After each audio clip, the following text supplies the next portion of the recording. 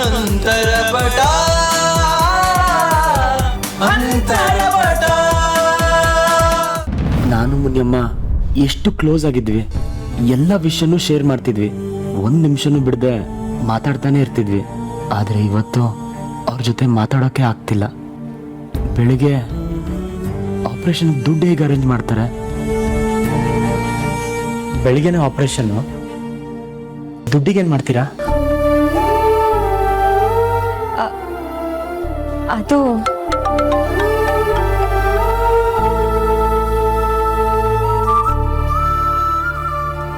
Hello, ಹೌದಾ? ನಾನು ಈಗಲೇ ಬರ್ತೀನಿ.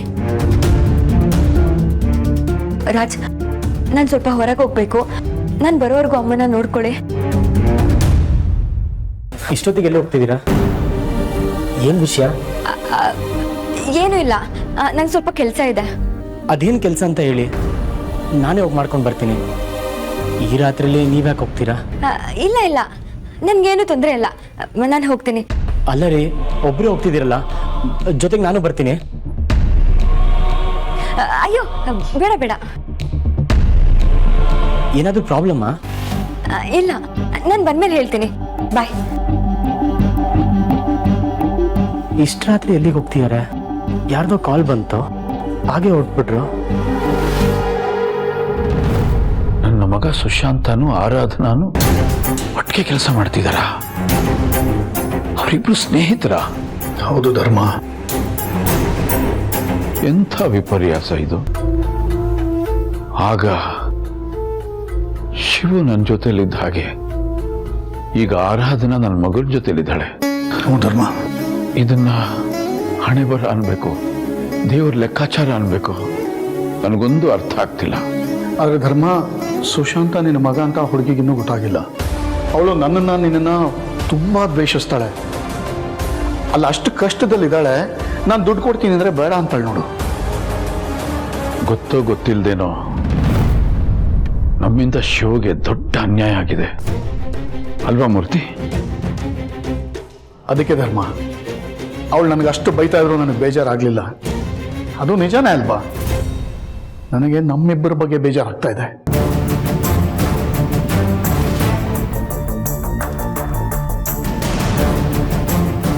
ಮೂರ್ತಿ, ಬಹುಶಃ ನಮ್ಮ ತಪ್ಪನ್ನ ನಾವು ತಿದ್ಕೊಳ್ಳೋದಕ್ಕೆ ದೇವ್ರು ಕೊಟ್ಟಿರೋ ಅವಕಾಶ ಇದು ಅಂತ ಕಾಣಿಸುತ್ತೆ. ಅವತ್ತು ನಾವು ಶಿವ ಕೈ ಹಿಡಿಲಿಲ್ಲ, ತಪ್ಪು ಮಾಡಿದ್ವಿ. ಇವತ್ತು ಆ ತಪ್ಪು ಮರುಕಳಿಸೋದು ಬೇಡ, ಆರಾಧನೆ ಕೈ ಹಿಡಿಯೋಣ, ಆ ತಾಯಿ ಜೀವ ಉಳಿಸೋಣ, ಅದೆಷ್ಟಾದ್ರೂ ಖರ್ಚಾಗಲಿ. ಹ್ಞೂ ಧರ್ಮ, ಅವಳು ತುಂಬ ಕಷ್ಟದಲ್ಲಿದ್ದಾಳೆ. ಅವಳು ದುಡ್ಡು ಇಸ್ಕೋತಾ ಇಲ್ಲ ಅಂತ ನಾವು ಸುಮ್ಮನೆ ಇರೋದು ಬೇಡ, ನಾವು ಹೇಗಾದರೂ ಹೆಲ್ಪ್ ಮಾಡೋಣ. ಅವ್ರನ್ನ ಯಾವ ಹಾಸ್ಪಿಟಲ್ ಅಡ್ಮಿಟ್ ಮಾಡಿದ್ದಾರೆ? ಎಲ್ಲ ಖರ್ಚು ನಾವೇ ಮಾಡೋಣ, ಎಲ್ಲ ಖರ್ಚು ನಾವೇ ಮಾಡೋಣ. ಧರ್ಮ, ಅವಳು ತುಂಬ ಸ್ವಾಭಿಮಾನಿ ಅನ್ನೋದೇ ಸಮಸ್ಯೆ. ಹಾಗಂತ ಅಲ್ಲಿ ಜೀವ ಹೋಗ್ತಿದೆ ನೋಡ್ಕೊಂಡು ಸುಮ್ಮನೆ ಇರು ಅಂತ ಹೇಳ್ತೀಯಾ? ಹೇಗಾದ್ರೂ ಅವಳನ್ನ ಒಪ್ಸು. ಅವಳು ಒಪ್ಪಲ್ಲ. ಹಾಸ್ಪಿಟ್ಲಿಗೆ ಫೋನ್ ಮಾಡಯ್ಯ, ಯಾವ್ದಾದ್ರು ಒಂದು ರೂಪದಲ್ಲಿ ಹಣ ಹಾಸ್ಪಿಟ್ಲಿಗೆ ತಲುಪಬೇಕು, ಆ ಜೀವ ಉಳಿಬೇಕು ಅಷ್ಟೇ. ಸರಿ ಸರಿ, ನಾನೇನೋ ಒಂದು ದಾರಿ ಹುಡುಕ್ತೀನಿ. ನಾ ಮಾಡ್ತೀನಿ. ಮೂರ್ತಿ, ನಮ್ಮ ಸುಶಾಂತ್ಗೆ ನನ್ನ ಶಿವು ವಿಷಯ ಗೊತ್ತಾ? ಹೇಳು. ಗೊತ್ತಿಲ್ಲ ಅಂತ ನಾನು ಅನ್ಕೊಂಡಿದ್ದೀನಿ. ಹಾಗಾದ್ರೆ ನಾನು ಅವನಿಗೆಲ್ಲ ಹೇಳ್ಬಿಡ್ಲಾ? ಬೇಡ ಬೇಡ ಧರ್ಮ, ಸದ್ಯಕ್ಕೆ ಆ ಮಾತುಕತೆ ಬೇಡ. ಅಲ್ಲ ಕಣೋ ಮೂರ್ತಿ, ಆರಾಧನಾನು ನನ್ನ ಮಗನು ತುಂಬಾ ಕ್ಲೋಸ್ ಆಗಿದ್ದಾರೆ.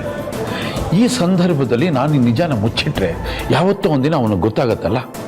ಗೊತ್ತಾದ ದಿವಸ ನನ್ನ ಮಗನ ದೃಷ್ಟಿಯಲ್ಲಿ ನಾನು ಅಪರಾಧಿ ಆಗ್ತೀನಲ್ಲ. ಈಗಲೇ ಹೇಳಿದ್ರೆ ನೀನು ಅಪರಾಧಿ ಆಗೋ ಚಾನ್ಸಸ್ ಜಾಸ್ತಿ ಇದೆ ಧರ್ಮ. ಈಗಷ್ಟೇ ನಿನ್ನ ಮಗನ ಮಧ್ಯೆ ಎಲ್ಲ ಸರಿ ಹೋಗ್ತಿದೆ. ಈಗ ನೀನು ಶಿವನ ವಿಷಯ ಹೇಳೋದು, ಅವನಿಗೆ ಹೇಗೆ ಬೇಕೋ ಹಾಗೆ ಅರ್ಥ ಮಾಡ್ಕೊಳ್ಳೋದು, ನಿಮ್ಮಿಬ್ಬರ ಮಧ್ಯ ಅಂತರ ಇನ್ನೂ ಜಾಸ್ತಿ ಆಗುತ್ತೆ. ಆ ಹುಡುಗಿ ನನ್ನ ಅರ್ಥ ಮಾಡ್ಕೋತಾ ಇಲ್ಲ. ನನ್ನ ಮಗನ ಹತ್ರ ನಿಜ ಹೇಳ್ಕೋಬೇಕು ಅಂದರೆ ಅವಕಾಶ ಆಗ್ತಿಲ್ಲ. ಹೋಗ್ಲಿ, ಆ ತಾಯಿನಾದ್ರೂ ಕಾಪಾಡೋಣ ಅಂದರೆ ಅದು ಆಗಲ್ಲ ಅಂತ್ಯ. ಛೇ ಧರ್ಮ, ನಿಂಗೆ ಯೋಚನೆ ಮಾಡೋಣ. ಎಲ್ಲ ಸಮಸ್ಯೆಗಳಿಗೂ ಒಂದು ಪರಿಹಾರ ಅಂತ ಇರುತ್ತೆ, ಹುಡ್ಕೋಣ. ಅಂತೂ ನಮ್ಮ ಆರಾಧನಾ ರೇವತಿ ಅಕ್ಕಂಗೆ ಆಪರೇಷನ್ ಮಾಡ್ಸೇ ಬಿಟ್ಲು. ಮತ್ತೆ ನಮ್ಮ ಆರಾಧನಾ ಅಂದ್ರೆ ಸುಮ್ಮನೆನಾ? ನಾವ್ಯಾರಾದ್ರೂ ಆಗಿದ್ರೆ ಸಾಧ್ಯನೇ ಇಲ್ಲ ಅಂತ ಕೈ ಚೆಲ್ಲಿ ಕೂರ್ತಿದ್ವಿ.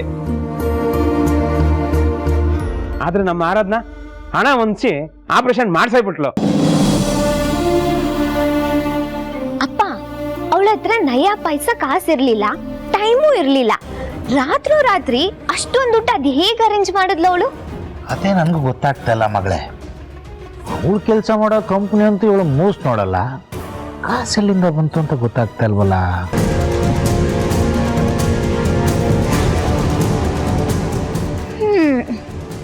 ಏನೋ ಬಿಡಪ್ಪ, ದುಡ್ಡಿಗೋಸ್ಕರ ಜನ ಏನ್ ಬೇಕಿದ್ರೂ ಮಾಡ್ಬೋದು. ಕಷ್ಟಪಟ್ಟೆ ದುಡಿಬೇಕಂತ ಏನಿಲ್ವಲ್ಲ, ಹೇಗಾದ್ರೂ ದುಡಿಬೋದು. ಮುಚ್ಚೆ ಬಾಯಿ. ಏ ಮುದ್ಕೆ, ನೀನೇ ನನ್ನ ಮಗಳಿಗೆ ಬಾಯಿ ಮುಚ್ಚು ಅಂತೀಯ? ಅಂತೀನೋ, ಸ್ವಂತ ಅಕ್ಕಂಗೆ ಈ ತರ ಮಾತಾಡಿದ್ರೆ ಬಾಯಿ ಮುಚ್ಚು ಅನ್ನಲ್ಲ, ಬಾಯಿಗೆ ಬರೆ ಹಾಕ್ತೀನಿ. ನೋಡಮ್ಮ ಸಿರಿ, ನಿನ್ ಕೈಲಾದ್ರೆ ನಿಮ್ಮ ಅಕ್ಕನ ತರ 4 ಜನಕ್ಕೆ ಒಳ್ಳೇದ್ ಮಾಡಿ ಬದುಕೋ, ಇಲ್ಲ ಅಂದ್ರೆ ಸುಮ್ಮನೆ ಇದ್ಬಿಡು. ಈ ತರ ಎಲ್ಲ ಹೊಟ್ಟೆ ಕಿಚ್ಚನ್ ಮಾತಾಡ್ಬೇಡ. ನಾನೇನ್ ತಪ್ಪು ಹೇಳ್ದೆ ಅಂತ ನೀವೆಲ್ರು ನನಗೆ ಹೀಗ್ ಬೈತಿದ್ದೀರಾ? 50 ಲಕ್ಷ ಸಾಲ ಇದೆ, ಕೈಯಲ್ಲಿ ಕೆಲ್ಸಾನೂ ಇಲ್ಲ. ಆದ್ರೂ 5 ಲಕ್ಷನ ಎಲ್ಲಿಂದ ತಂದ್ಲು ಅಂತ ಕೇಳಿದ್ನಪ್ಪ. ಅಮ್ಮ ಹೇಗಿದ್ಯಮ್ಮ? ಪರವಾಗಿಲ್ಲ ಆರಾಧನಾ. ಅಮ್ಮ ಆಪರೇಷನ್ ಆಗೋಯ್ತು, ನೀನು ಹುಷಾರಾಗ್ಬಿಟ್ಟೆ. ನಿಂಗೆ ಇನ್ನೇನು ತೊಂದರೆ ಇಲ್ಲ ಅಂತ ಡಾಕ್ಟರ್ ಹೇಳಿದ್ದಾರೆ. ಇನ್ನೇನು ಚಿಂತೆ ಇಲ್ಲ ಅಮ್ಮ. ಮಗಳೇ, ನೀ ನನಗೆ ತಾಯಿ ಆಗ್ಬಿಟ್ಟೆ, ನನಗೆ ಮರು ಜನ್ಮ ಕೊಟ್ಬಿಟ್ಟೆ. ಈ ನಿನ್ ಋಣನ. ಅಮ್ಮ ಪ್ಲೀಸ್, ಋಣ ಅನ್ನೋ ಮಾತೆಲ್ಲ ಆಡ್ಬೇಡ. ಚರ್ಮ ಸುಲ್ದು ಚಪ್ಲಿ ಮಾಡಿ ಹೆತ್ತ ತಾಯಿ ಕಾಲಿಗೆ ಹಾಕಿದ್ರು ಋಣ ತೀರಲ್ವಂತೆ. ಅಷ್ಟು ದೊಡ್ಡದಮ್ಮ ಹೆತ್ತ ತಾಯಿ ಋಣ. ಅದ್ರ ಮುಂದೆ ನಾನು ಮಾಡಿದ್ದೇನ್ ಮಹಾ? ನೋಡು, ನಿನಗೀಗಷ್ಟೇ ಆಪರೇಷನ್ ಆಗಿದೆ, ನೀನ್ ಹೀಗೆಲ್ಲ ಎಮೋಷನಲ್ ಆಗ್ಬಾರ್ದಮ್ಮ. ಆಂಟಿ ಈಗ ಹೇಗಿದ್ದೀರಾ? ಚೆನ್ನಾಗಿದ್ದೀನಪ್ಪ. ಇಂಥ ಒಬ್ಳು ಮಗಳಿದ್ರೆ ಯಾವ ತಾಯಿನಾದ್ರೂ ಚೆನ್ನಾಗೇ ಇರ್ತಾಳಲ್ವಾ? ನನ್ನ ಜೊತೆ ಹಾಸ್ಪಿಟ್ಲಿಗೆ ನನ್ನ ಗಂಡ ಅನ್ನಿಸ್ಕೊಂಡವನ್ ಬರಲಿಲ್ಲ, ಮತ್ತೊಬ್ಳು ಮಗಳು ಬರಲಿಲ್ಲ. ಹೇಗಿದೀಯಾ ಏನು ಎತ್ತ ಅಂತ ಫೋನು ಮಾಡಲಿಲ್ಲ. ಆದ್ರೆ ನೀನು ಅದ್ಯಾವ ತಾಯಿ ಹೆತ್ತ ಮಗನೋ ಏನೋ,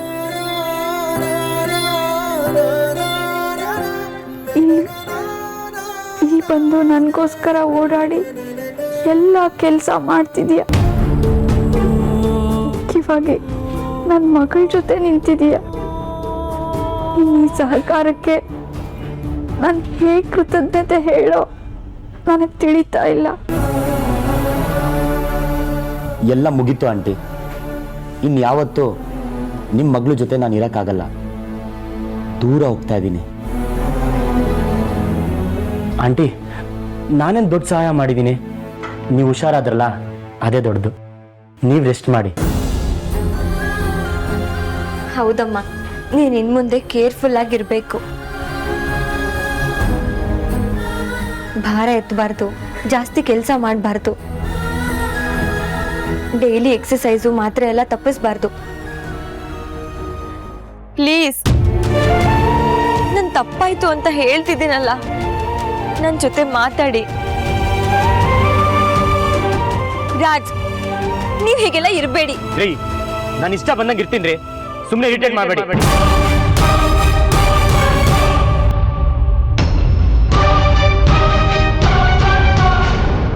ಸಾರಿ ಮರಿಯಮ್ಮ.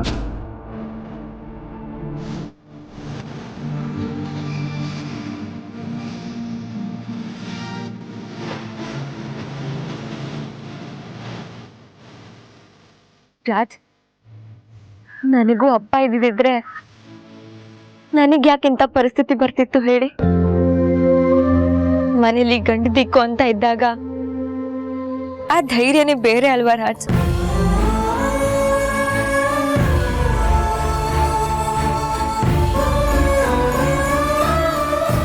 ಬಹುಶಃ ನಿಮ್ಗೆ ಕೊರತೆ ಗೊತ್ತಾಗಲ್ಲ, ನಮ್ಮಿಬ್ರು ಬದುಕಿಗೂ ತುಂಬಾನೇ ವ್ಯತ್ಯಾಸ ಇದೆ.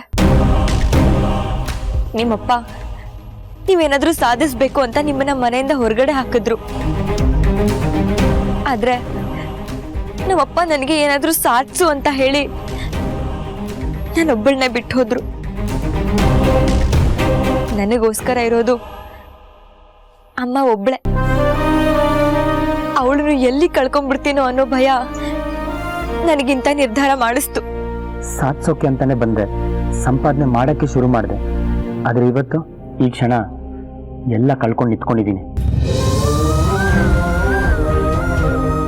ನಿಮಗೇನು ವಿವರಣೆ ಕೊಡ್ಬೇಕಾಗಿಲ್ಲ ಅಲ್ವಾ ರಾಜ್? ನನ್ನ ಪರಿಸ್ಥಿತಿ ಏನು ಅಂತ ನಿಮಗೂ ಗೊತ್ತು. ನಿಮ್ಮನ್ನ ಬಿಟ್ರೆ ಬೇರೆ ಯಾರು ಇಲ್ಲ ರಾಜ್ ನನಗೆ. ದಯವಿಟ್ಟು ಹೀಗೆಲ್ಲ ಇರಬೇಡಿ.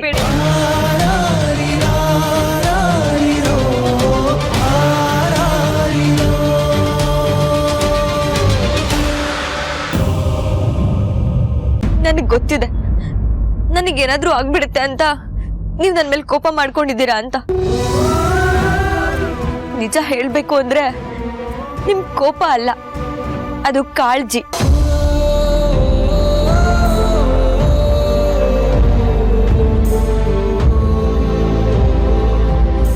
ಆದ್ರೆ ಏನ್ ಮಾಡೋದು, ನಮ್ಮಂಥವ್ರಿಗೆ ಎಲ್ಲಾನು ಉಳಿಸ್ಕೊಳ್ಳೋದಕ್ಕಾಗಲ್ಲ. ಒಂದನ್ನ ಪಡ್ಕೋಬೇಕು ಅಂದ್ರೆ ಇನ್ನೊಂದನ್ನ ಕಳ್ಕೊಳ್ಳೇಬೇಕು.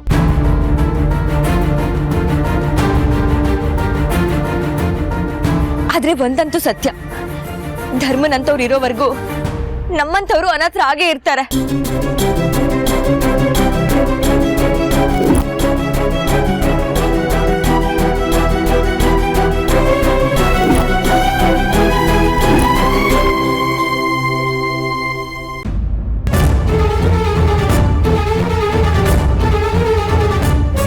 ಅಮ್ಮು, ಏನ್ ಗೊತ್ತಾ, ನಾನು ಸುಶಾಂತ್ಗೆ ಆವಾಗ್ಲಿಂದ ಕಾಲ್ ಟ್ರೈ ಮಾಡ್ತಾನೆ ಇದ್ದೀನಿ, ಒಂದ್ಸಲನೂ ಕನೆಕ್ಟ್ ಆಗ್ತಿಲ್ಲ. ನನ್ನ ತಲೆ ಕೆಟ್ಟು ಹೋಗ್ತಿದೆ. ಅಲ್ಲ, ಈಗಿನ ಕಾಲದಲ್ಲೂ ಫೋನ್ ಆಫ್ ಮಾಡಿ ಇಟ್ಕೊಳ್ಳೋರು ಇರ್ತಾರ. ಸೊ ನೀನೊಂದ್ಸಲ ಕಾಲ್ ಮಾಡು, ಕ್ವಿಕ್. ನಾನು ಸುಶಾಂತ್ ಜೊತೆ ಈಗಲೇ ಮಾತಾಡ್ಬೇಕು. ದಿಶಾ, ನೀನು ಅವನಿಗೆ ಕಾಲ್ ಮಾಡೋದು ಬೇಸ್ಟು. ಯಾಕೆ? ಅವನ ನಂಬರ್ ಯೂಸೇ ಮಾಡ್ತಿಲ್ಲ, ನಂಬರ್ ಚೇಂಜ್ ಮಾಡಿದ್ದಾನೆ ಅದಕ್ಕೆ. ವಾಟ್? ನಂಬರ್ ಚೇಂಜ್ ಮಾಡಿದಾನ ಅವನು? ಈ ದಿಶಾಗೆ ನಂಬರ್ ಕೊಟ್ಟಿಲ್ವಾ ಅವನು? How dare! ಎಲ್ಲಿ ನಂಬರ್ ಕೊಡು, ಮಾಡ್ತೀನಿ ಅವನ್ಗೆ. ಅವ್ನ್ ಗ್ರಾಚಾರ ಬಿಡಿಸ್ತೀನಿ. ಕೊಡಲ್ಲ. ಏನ್ ಮಾಡ್ತೀಯ? ಬೇಡಾಮು, ಡೋಂಟ್ ಚೆಕ್ ಮೈ ಪೇಷನ್ಸ್. ಕೊಟ್ಬಿಡು. ಓ, ನಿನ್ ಪೇಷನ್ಸ್ ಹೋದ್ರೆ ಏನಾಗುತ್ತೆ? ನೀನು ಪೇಷಂಟ್ ಆಗ್ಬೇಕಾಗುತ್ತೆ. ಸುಶಾಂತ್ ವಿಷಯದಲ್ಲಿ ಹುಡುಗಾಟ ಎಲ್ಲ ನನಗೆ ಇಷ್ಟ ಆಗಲ್ಲ. ನನಗ್ ನಂಬರ್ ಬೇಕು, ಯು ಶುಡ್ ಗಿವ್, ಅಷ್ಟೇ. ಕೂಲ್ ದಿಶಾ, ನಿನ್ ಮುದ್ದು ಸುಶಾಂತ್ ಜೊತೆ ಫೋನಲ್ಲಿ ಮಾತಾಡಿದ್ರೆ ಮಾತ್ರ ಸಾಕ? ಡೈರೆಕ್ಟ್ ಆಗಿ ಮೀಟ್ ಮಾಡಲ್ವಾ?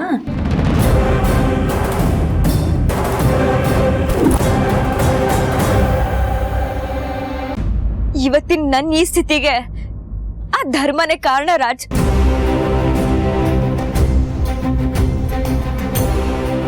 ನಿಮಗನ್ಸ್ಬೋದು, ಏನ್ ಇವಳು ಯಾವಾಗ್ಲೂ ಮನುಷ್ಯನ ಮೇಲೆ ಕೆಂಡ ಕಾರ್ತಾಳೆ ಅಂತ. ಆದ್ರೆ ನನ್ ಜೀವನದ ದಿಕ್ ತಪ್ಪಿದೆ ಅವನಿಂದ.